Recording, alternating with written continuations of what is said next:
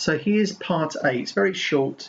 The whole assessment is actually quite short, just 68 marks, not a lot. So here are the results of 20 throws of a dice. By the way, is Jordan here? Jordan, are you here? Ah, thank you. Yeah. Again, looking down the list of names, I can't recall them. Thank you. All right. There's a dice, or a die, actually. And this is me keeping a tally of what's been thrown. As you can see, I went slice, slice, slice. Well, that's 3 ones. Then I worked on the 2s, the 3s, the 4s, the 5s, the 6s. One of you guys at least needs to read this little part. Write the probabilities as fractions in the spaces below. If you write down 3, 3, 5, 3, 3, 3, you get no marks, because these are not probabilities, they're just numbers, they're frequencies of each number that's come up when you rolled the thing. It needs to be 3 out of 20, it needs to be 3 out of 20, it needs to be 5 over 20, etc. These are fractions, okay? You should know that a probability can be expressed as a fraction, as a decimal, as a percentage, and it asks you for fractions. It's very clear, so don't throw away cheap marks. So here's the next part, B. How many times would you expect to throw a 3 if you actually roll the dice 80 times? Well, when I threw a 3 in 20 goes, I got 5 3s.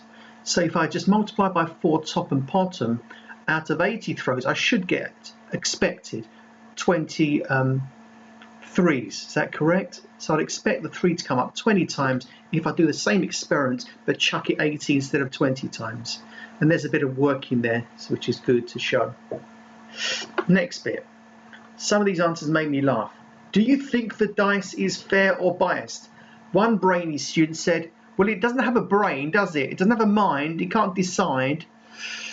That means you've forgotten what biased means. This piece of plastic, or whatever this is made of, does not have a brain or a mind, and it can't make choices. Obvious. However, if it is imperfectly made, not made perfectly, it is quite possible that one number may come up more often at the expense of other numbers, because maybe it's a little bit lopsided, the wood in the corner is a little bit heavier in that corner, so that number tends to come up more, for example. So, 2 possible answers actually. You can say it is biased, there's too many 3s. You'd expect maybe 3 there because there was 3 of every other number. So maybe you think actually that's too many. So I think it's biased towards 3s. Or you can say, no, I don't think so, because getting 5 out of 20 is quite close to 3 out of 20. So both answers are correct. I deliberately chose this to give you a choice, as long as you argued sensibly which one you went with, okay? So bias is about the dice not being a perfectly manufactured piece of plastic or wood, and it keeps coming up with all these 3s more often than they should. It's biased. Or you can say, no, it's just every time I throw the dice, it's a random event. I just happen to have got more 3s in these 20 throws. I don't think it's too different from 3 out of 20. It's not biased. By the way, understand that this is going on video. Unless you can write as I speak, then wait for the video to come up and take notes. Right, probability scale, 0 to 1, impossible to certain. Again, using words like impossible, even, and certain. It's very budget, very low level. So, but you know, we're starting in year 7. Which word best describes the probability of scoring an even number on a fair dice? Which word? Oh, even numbers. I've got 2, 4, and 6. That's half of them. So that's an even chance. Makes sense. Yeah, I get that mark.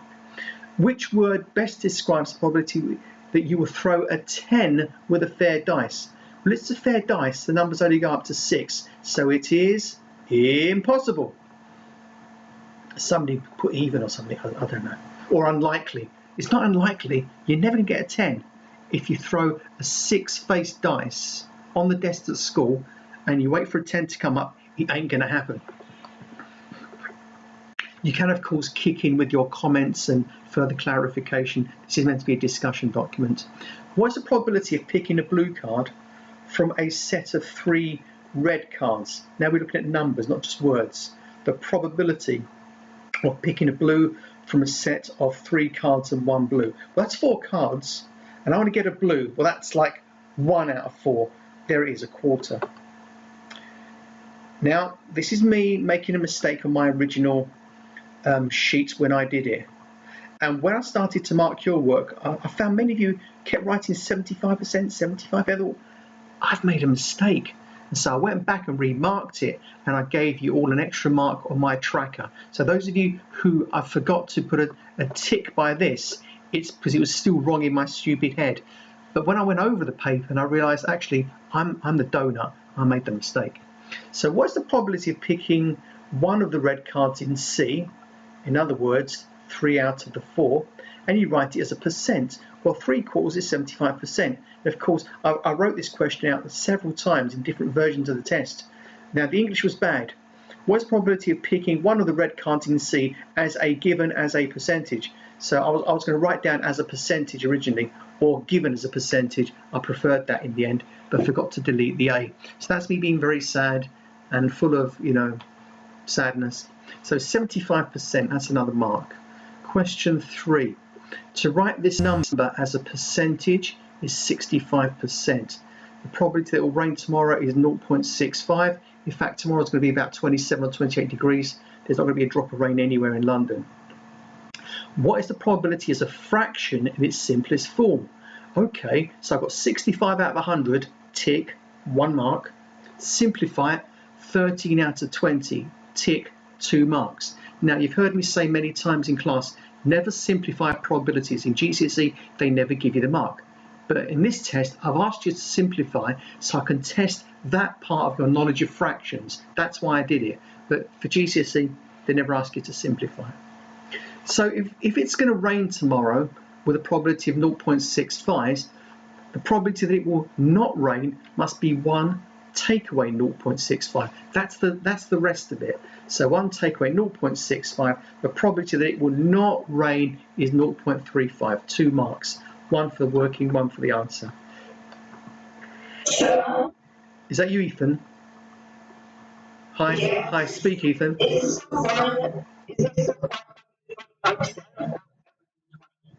It's too much information. It's if you're given decimals in the question, take the hint and keep it simple.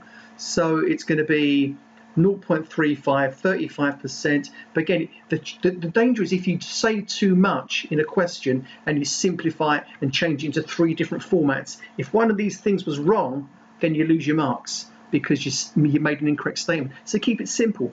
A mark for understanding that probabilities add up. Around 35%, is that correct? It is correct. Okay, thank you. No problem. Well, is there a tick on your script? So I mark these and send them back to you, don't I? All right, next one. Here's the spinner question. Okay, some of you made some mistakes with this. I don't really get it. So I'm going to spin that one, and I'm going to spin that one, and I'm going to add up the 2 results. In this case, 4 plus 5 makes 9, and I'm going to stick it in my table. Here's the table ready to go. Everyone got 2 marks for this. Everyone can add 2 plus 1 is 3, 2 plus 2 is 4, etc. How many possible outcomes are there? Well, it's a 5 by 5 table, and if you don't know what 5 times 5 is, count all these little boxes. There are 25 possible answers.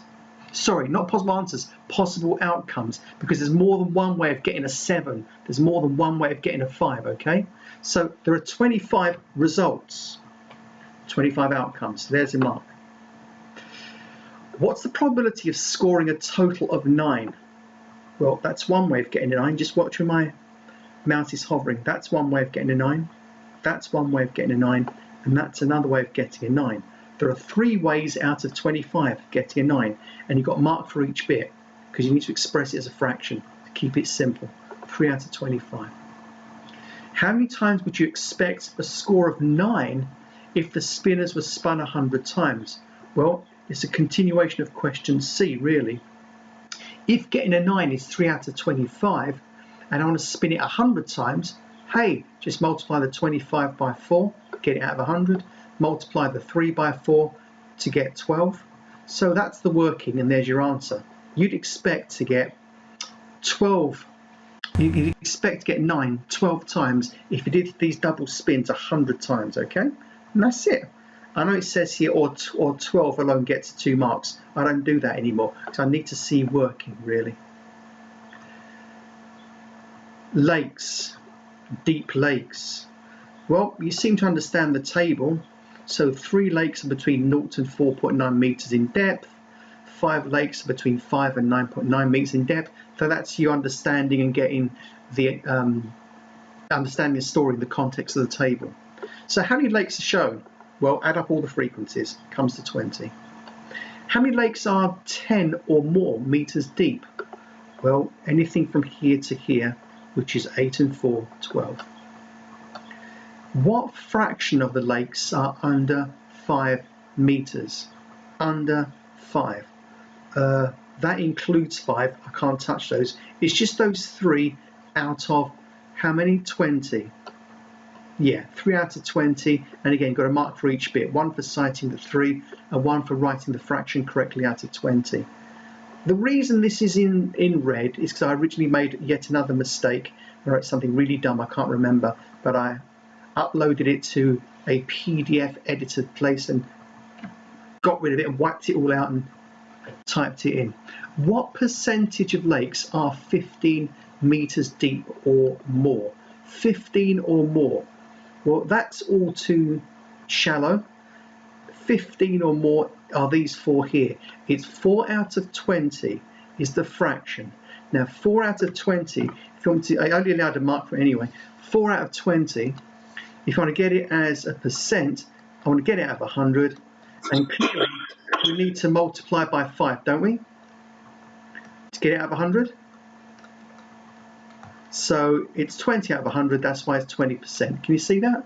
Some of you got that wrong. You didn't need to get it wrong. It's just a fraction, change it out of 100. And that's a good way to do it because 20 goes into 100 5 times exactly. You could, of course, do this. Let me just do a little bit of scribbling. I can say 4/20ths of 100. I can say 20 goes into itself once, 20 goes into 100 5 times. Of course, you can put that over 1 if you want to, so it looks like 2 fractions. And you've got 5 times 4 is 20, and that's a percent. Done. Okay, it's easy, isn't it? So you should be taking notes or wait for the video. Now we're on section B. Well, that's what the next lesson is about. This was about slowly going over and taking your questions and also flagging to all of you that there is work to be done. So if you're short of a Zoom lesson here or there and you find that you got time, do a Sophia and go and smash it. You'll enjoy doing proper GCSE questions. I selected them from a website that I have to pay for to use. And there's 3,500 GCSE questions on there, of which I've carefully selected some for us to do, which I think you'll be able to do, not be overly challenged. So that's that. No, I don't want to save that because I made a mess of it. Would you like to come back into the room so we can say goodbye and hello? No? You don't want to come back to the room? I think you should, you know, so you say hello and goodbye. Hello and goodbye is good. Hello and goodbye. Ian's here, lovely, lovely. Sophia is good. Let's have a look here. I've got the whole grid. Oh, Sophie Stanton, yes, very good, very good, very good. Just nice to see you guys because we're in school right now, kind of. And it's good to see you. I have Zidane, very good. I have Etan, very good. 1, 2, 3. Stop moving around. 1, 2, 3, 4, 5, 6, 7, 8, 9, 10, 11. More humans. Anywho, we're going to have to go because who's that guy working there? Anyway, go and do the tasks. Yeah, go and do the tasks. If you've not been able to write down as we've been speaking, wait for the video to go up and annotate your original, right? Those of you who sent me stuff I can mark with my graphics pen, there it is. That's great. I'd love to be able to mark it. But of course, when I send it back to you, your original is still unmarked because I can't mark your original. But there you go. At least I'm showing willing for you and respect for the work that you do. So we're going to say goodbye right now. Catch you later, y'all. Catch you later, y'all.